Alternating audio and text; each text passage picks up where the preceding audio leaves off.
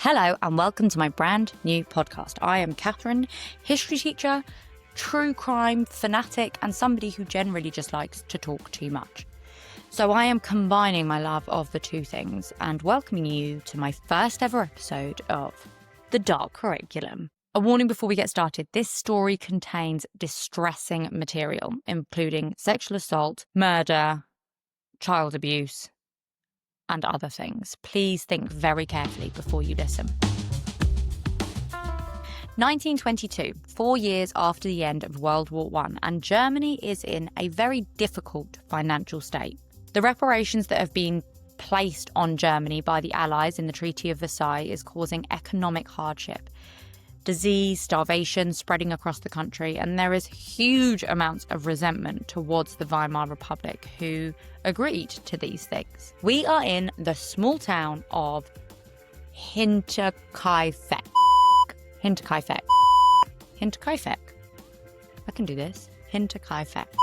In today's story, we are in Bavaria, which is in the southeast of Germany, about 60 miles north of Munich. Bavaria was the home of the Nazi Party, and in 1922, the Nazis were using hate, resentment, anger, scapegoating of minorities in order to bolster the support that they received. But our story today takes place on a remote little farm, a farm belonging to the Gruber family. Now, this farm is not a picture-perfect children's book, ponies in the sunshine farm. It's very desolate, it's very lonely, it's quite far out from the rest of civilization. And the family who lives there, the Gruber family, they are not a happy family. We have 3 generations living in this farm. In this farm? On this farm. We have 3 generations living on this farm, starting with Andreas Gruber, who is 62 years old, his wife, Zelia Gruber, 73 years old, and with them lives their daughter, Victoria Gabriel, and her 2 children, Kazelia, who is 7 years old, and Josef, who is 2 years old. Now, Andreas was said to be not a nice guy. He was said to be violent and abusive towards all members of his family. It was actually only 7 years prior to this story taking place that Andreas and Victoria had been found guilty of having an incestuous affair. But that places a lot of blame on Victoria, whereas in actual fact, it was more likely that Victoria was subjected to physical, psychological, and sexual abuse at the hands of her father. It's also likely that he fathered one or both of her children. Victoria was living on the family farm because in 1914, her husband Carl had not returned from war. It was said, according to his headstone and death certificate, that he had been killed in the trenches in France on December the 12th, 1914, aged only 25. So we're going to start in the year of 1921, where a woman called Kresnens Reicher, 1921, a woman called Kresnens Reicher was living with the family as their maid. But she had had enough. She'd had enough of weird noises. She'd had enough of footsteps and voices in the attic, and she fled. She was not going to be living in this haunted house anymore. And the family was struggling. They were used to having a maid and they'd grown accustomed to having a maid. But only 6 months later, in March of 1922, just before their new maid arrives, they start to experience weird things as well, and not just in the home, but also around it. Andreas Gruber reports to his neighbours that he had seen footsteps leading to, but not away from, the family barn. So this farm was surrounded by woods, and there was thick snow everywhere, and they had seen footprints in the snow leading up to the barn. Andreas was obviously concerned enough to mention it. However, he failed to accept help searching the barn, the property. He also failed to accept a gun. And so how concerned was he actually? Not that I would accept a gun, but have a look around? No? Either way, he tried to explain it away using normal things, but this was not the only odd thing that they had noticed. Andreas finds a newspaper from Munich, which was 60 miles away from Hinterkaifeck. He explains that maybe the postman had left it by mistake. But we also know that there was a missing key from the house to the farmhouse, a broken lock, and the weird voices and footsteps that had been reported by the original maid. We then move on to Thursday the 30th of March 1922, and little Kazelia is at school. And she reports to her friends that a huge argument had taken place at the family home the night before. An argument so big that Victoria, her mother, had fled from the home and had been found sobbing in the woods and returned to the family home. We never find out what that argument was about, but is it so unrealistic to believe that Victoria had grown fed up and hit her limit of the abuse that she was dealing with and the grief that she was facing over the death of her husband? March 31st, Maria Baumgartner, aged 44, arrived at the family home, ready to start her first day under the Gruber's employment. However, this is the last time that any member of the family are seen alive. Now, while the family is quite private and keep to themselves, a number of people report that something is off with the Gruber household. Firstly, you have 2 coffee salesmen that arrived the day after. 1st of April? Yeah, on the 1st of April. They knock on the doors, they knock on the windows, and they think that the farm is still running because the door to the machine room is open and they can see smoke and the animals are out and stuff like that. But there's no one around, so they leave. The next day is Sunday. Now, this family goes to church without fail every single Sunday. So when they don't turn up, there's quite a few raised eyebrows, especially because Victoria sings in the church choir. But again, the local community is not that worried, mainly because the farm still seems to be up and running. They can see smoke coming from the house, so surely everything must be okay. Monday rolls around and Kazelia is due at school, but she doesn't show up. The mailman also notices that post is piling up and there's no one taking it in. The following day, the Tuesday, an engineer comes over and he's meant to be meeting Andreas to do this work and fix this machinery, but Andreas, after an hour, has not shown. So the engineer goes about his day continuing to fix the machinery. But one of their neighbours is sufficiently concerned.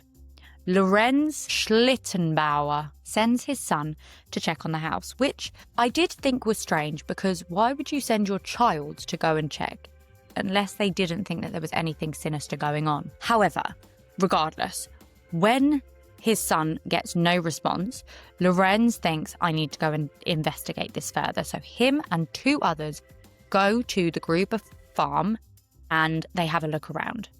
When they enter the barn, they find the bodies of Andreas, Kazelia, Victoria, and baby Kazelia. Despite this horrific scene, Lorenz does not seem overly shaken by it all. And him and the 2 men make their way over to the main house to go and investigate further what's gone on.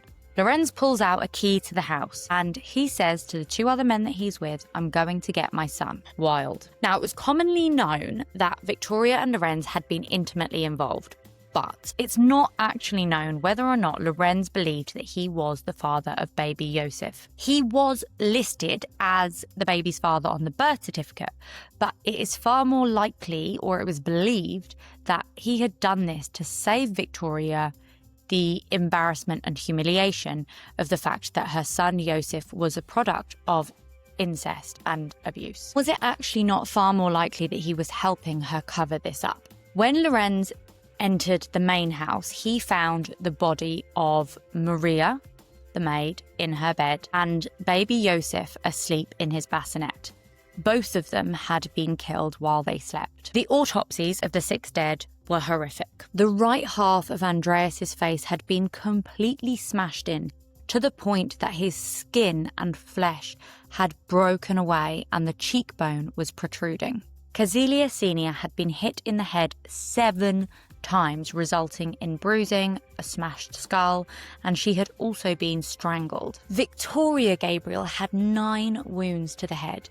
The right side of her face and her skull had been smashed. She had also been strangled or had strangulation marks on her neck, as well as a small round injury on the upper skull. Kazelia Gabriel, the 7-year-old, her lower jaw was entirely shattered.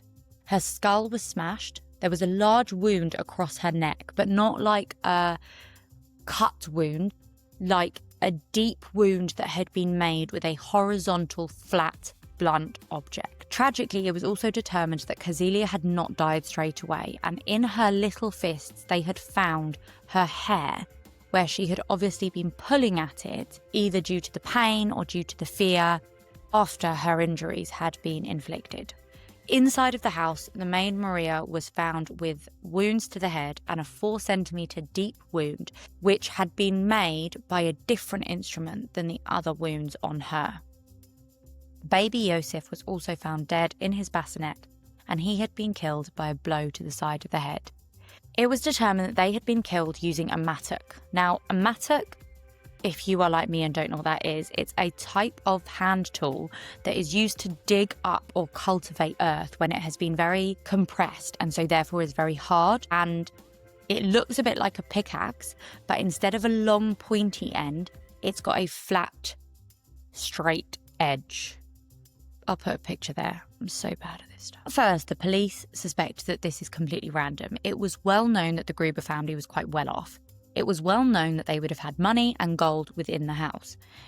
This was a time of economic hardship across Germany, so a robbery would be the most likely explanation. However, when they search the house and the gold is still there, it becomes far less likely that this is just a robbery. So the police have to move on to the other possibility that the killer knew the family. And thinking about all the weird stuff that had happened prior to the murders, is it possible that the person who committed these murders was actually hiding in the home for a long period of time? Even more disturbingly, had the murderer remained in the home after the murders had been committed? And this was evidenced by a number of things. So on the night that the murders happened, a man called Michael was walking past the house and he saw smoke coming out from the ovens. And he saw a figure standing there with a lantern, and as he walked past, the figure starts walking towards Michael, and Michael thought absolutely not, and he left. He was unable to identify the individual, but when he later found out when the murders had taken place, it became clear that this was not one of the family members. Additionally, all the animals were looked after, including the family dog. All of them were unharmed, and the farm had been kept going and running as usual.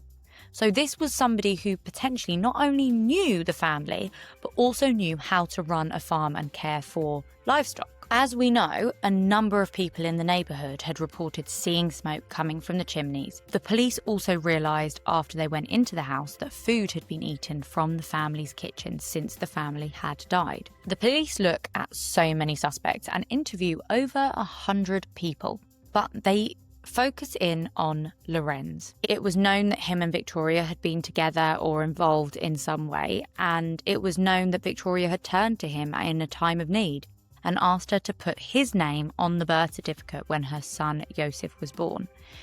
Is it possible that he became so angry at the treatment of Victoria or the way that Andreas behaved that he became violent and killed the family?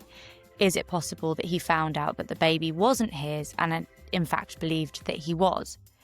It was also said that he could have been angry because he was going to be made to pay child support, something that he didn't want to do for a child who was not his. The two men who had been with him when he searched the house had also said that his behaviour was really strange in that he wasn't that fazed by what he was seeing. However, despite extensive investigation, they are able to come up with nothing concrete that ties Lorenz to these murders. Another theory that the police come up with is a wild one, that potentially this was all done by Victoria's deceased husband, Carl Gabriel.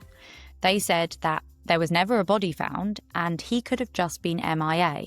He could have returned to the family home, seen that Victoria had had 2 children by somebody else, and become so angry and jealous and enraged that he had killed the entire family. But despite this, a number of soldiers who had fought alongside Carl testified that they had seen him be hit by the shell. The police consider that this may not be entirely random, but may not be somebody that was quite so close to the family, and they look at 2 local men called Anton and Karl Bichler. Now, coincidentally, these are the two brothers of the original maid. Remember her? Kreisner's Riker? They were local guys, well known to the family, who had done seasonal work for the Gruber family, and they hated Andreas. They said he was horrible and violent and aggressive and an awful boss to work for. The brothers had seen how Andreas treated not only his workers, but also his family, and had witnessed firsthand the incest. So it wasn't that they were entirely without motive. Additionally, when the police went to question them, they had disappeared. Their sister, Kreisner's Riker, Kresnens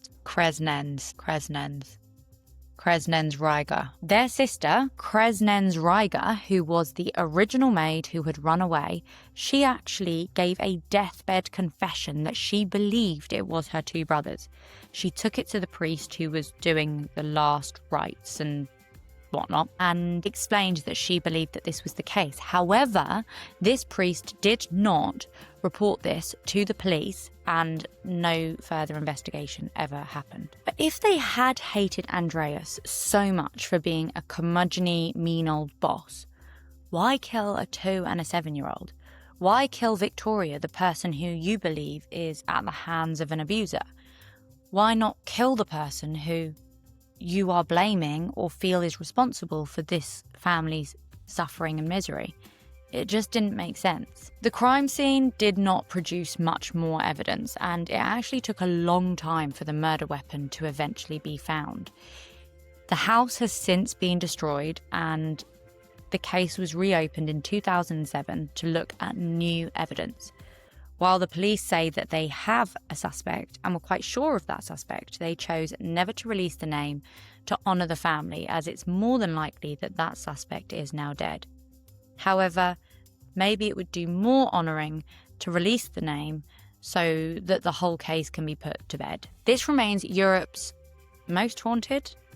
of Europe's most haunted stories, because no one ever knew what happened, and no one ever knew why it happened. Every single avenue you go down of motive leads to more and more questions.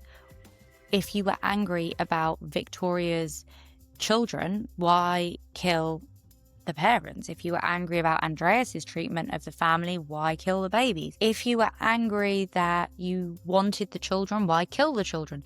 Nothing makes sense. It just goes round and round and round and round. What we can say for complete certain is that this family suffered a brutal and tragic murder, and this spot to this day remains one of the more haunted areas where locals don't want their children playing, and the Hinterkaifeck murders are still a source of mystery for the people living in the area. Thank you for listening to my first ever episode of The Dark Curriculum. Please can you like, comment, subscribe, and I will see you next week. Bye.